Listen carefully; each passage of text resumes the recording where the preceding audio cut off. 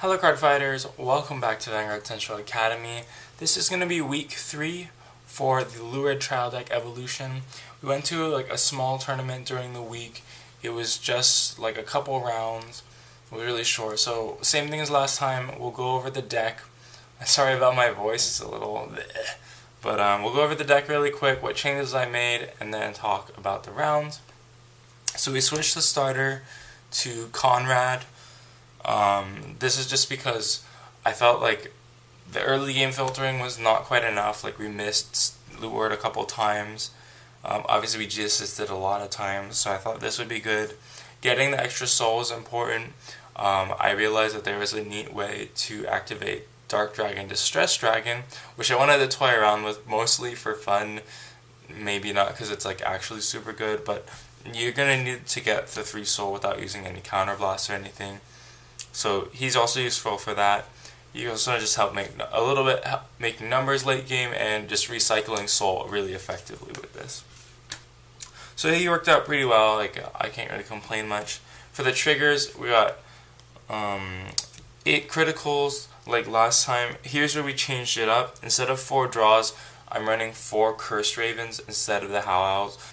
So another reason we have Conrad is because we don't have the Howl Owls. So Conrad helps us build soul without the owls that go into soul. But Cursed Eye Raven, put it in the deck mainly for the distress combo, which I'll explain. I'll just do it right now. And because it can help go back into the deck, and then you could get some higher trigger count in your deck. So basically the combo with Dark Distress Dragon is he's Counterblast 3, Soul Blast 3, retire any number of your rear guards, and then your opponent has to retire any number of, or the same amount of rear guards, and then if you retired 6 or more, then you draw 2, counter charge 1, soul charge 1. Well, you always draw 2, but if you retired 6, you counter charge 1, soul charge 1, and he gets plus 20k, so that plus 20k is not really relevant, but I wanted to answer for people who rush me, who drop their whole hand to push me. And my answer was just Dark Distress. You go into him, use Luard's skill to call 2 Cursed Eye Ravens, and then Cursed Eye Raven's skill is rest it, put it on the top of the deck, shuffle it up, and then call 2 units. So those 2 units will die at the end of turn, but you could do that twice and get 4 units. You get 4 units, and then you can retire them all to Dark Distress Dragon. That makes your opponent retire 4 units, and then they're going to be wiped out, and hopefully their resources will be drained a lot, and you can start taking over the game from there. So I really just wanted to try out that combo where you get Cursed Eye Raven into Dark Distress, and I added some other cards in the deck that would help me take advantage of Cursed Eye Raven at the same time. And it worked out pretty well. I'm pretty happy with it. So continuing on, if I continue to play the deck, which I probably will because it's been so fun, I'm definitely keeping it like this. We got 4 heals just to close out the triggers, and then grade 3s are the same. It's just 4 Luard and 4 Valdemar. Valdemar actually synergizes with Cursed Eye Raven because you can get 2 temporary units and then sack them to him for plus 8k, all while putting a stand back in the deck, so that's actually pretty useful. So he just helps with the synergy still. Grade 2s are kind of the same. We're still running the 8k, I didn't know what to do with it, so I just kept it in just for fun. Get some extra shield sometimes for the special intercept. There's still 2 domains that early focus on filtering and card draw is really important because you don't only have 6 grade 3s and no stride fodders. So you want to be able to get what you want. Conrad obviously helps with it now. I hit this off of the stand trigger Cursed Eye Raven and got into draw, which is pretty funny before I sacrifice it. Then we still have the 4 10k vanillas. They're just really nice. I've fallen in love with 10k vanillas again. They really stop your opponent from rushing you, and they're hard to kill as rear guards early. So you could either ride it to prevent them from rushing you, or if you want to be aggressive, you can call it as a rear guard, and then it'll be harder for them to attack into it to kill it. And that's actually really relevant too. Okay, well, I'm okay taking damage here, but I want to have this rear guard to help pressure them.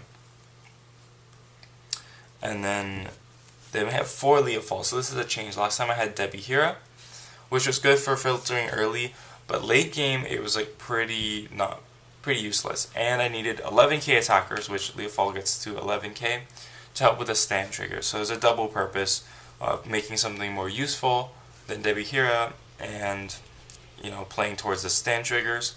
Leofal has been really, really great because his other skill like acts as a mini sword breaker with Cardfight Raven, because you get a temporary unit, you could call it behind Leofal, Soul Blast 1, kill it, and then draw a card. So a lot of my soul either goes into Dark Distress or Leofal, which is actually really nice. I've actually used this effect a lot to get a lot of draws using the Cardfight Raven. It really helps cycle cards or add cards to my hand. So that's actually like been a surprising interaction that I was hoping worked out, and then it worked out really well. And then the grade 1s, we have 4 perfect guards as usual. We got to go up to 4 Abyssal Owls. That was really good. It makes the unflipping more consistent. It makes finding Luard more consistent. As long as you get a grade 3, like if you draw into Vladimir, you could use Abyssal Owl in hand as well. So just plop it down there and try to search up the Luard. You could just use it to filter through the deck. Like, oh, I'm already on Luard, I want to get less trigger, like have more triggers. Or you can also use it to filter through the deck. Like you can use it if you've already got on grade 3 and everything, just use it, try to get a Luard, and then just discard the Luard immediately, just to remove some non-triggers from your deck. So it's been great. We switched up knees to Night Sky Eagle. I just wanted to be, the 11k is super, super good. Never underestimate that. You could call, if you have like no field, you could use Luard's skill to call 2, and then you have 2 attack things that can attack your opponent's Vanguard. It synergizes with the 10k vanillas, making 21 columns, and any of your grade 3s or Leofals also makes like over 21. So it makes really, really nice numbers. It can attack by itself. Night Sky Eagle has been like super, super good. So then we're running 2 of the new promo Ferdial. So he's got a Ritual 3 skill when he's retired by the cost or effect. That's important for Dark Distress Dragon because it's not a cost. You can give a unit plus 5k. So this has been really good. You can just help make extra numbers where you need them. Free power for things you're already going to sacrifice is never a bad thing. So that's really good. We still have the 1 Swordbreaker. I thought about going up to 2 just so you could first ride into 2 Swordbreakers and get all the draw that you need. But with Leofal using up Soul and trying to set up the Dark Distress play, sometimes I felt like I only ever needed 1 of these, and I'd rather go into a Night Sky Eagle to make a nice number, or a hit an attacker, or an Abyssal Owl to set up the next turn for more counterblast. So really 1 Swordbreaker has been fine because you can, even if you don't draw into Leofals, you're playing against a control matchup, you can just recycle the 1 Swordbreaker to slowly pull ahead. And then our last grade 1 is 1 Honolly. The deck searches out grade 1 super easy, so this should be really easy to grab if you need it. I played against Grand Blue, so some matchups I was able to pull this out and kind of deter their multi-attack turn. I didn't do it enough, so you still need some practice with this card, but you can definitely pull this out on the right turns and really mess up people's plays. So that's really it with the main deck. The strides are the same. It's 4 Carnivore, the 1 Dark Distress, 2 Luards as 2 Blizz as placeholders, and the 1 Agleam and 1 Screw, which is pretty standard for these trial deck evolutions, just to get some useful G Guardians that work for everybody. And so that's basically it for the deck. Let's talk about the matchups. It was pretty bad. I played against 2 Grand Blue players, which sucks when you don't have Diablo, and if they figure out you don't have Diablo, they can just play in a super not conservative way. They can just retire their whole field. They don't have to keep units on the field, so it was really bad. Because sometimes when you play against Grand Blue and you have the Diablo, then you can force them to not use hollow skills because they need to be wary. They could just get insta-killed by Diablo.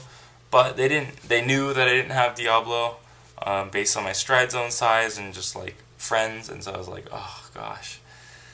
well, this sucks. And so that was basically that. I won one. I just rushed really, really hard and just blizzarded it twice.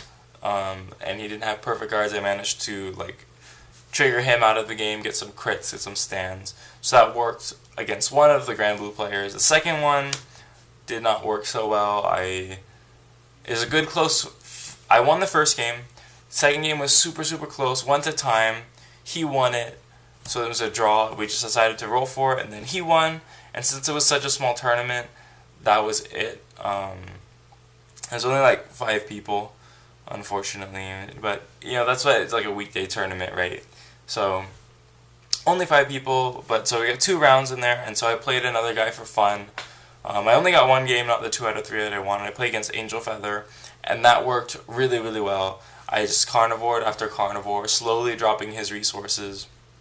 And in the end, I went for a Dark Distress, wiping his field and making sure that he has to drop either a ton of shield or just die on that last turn. So the deck worked out really well.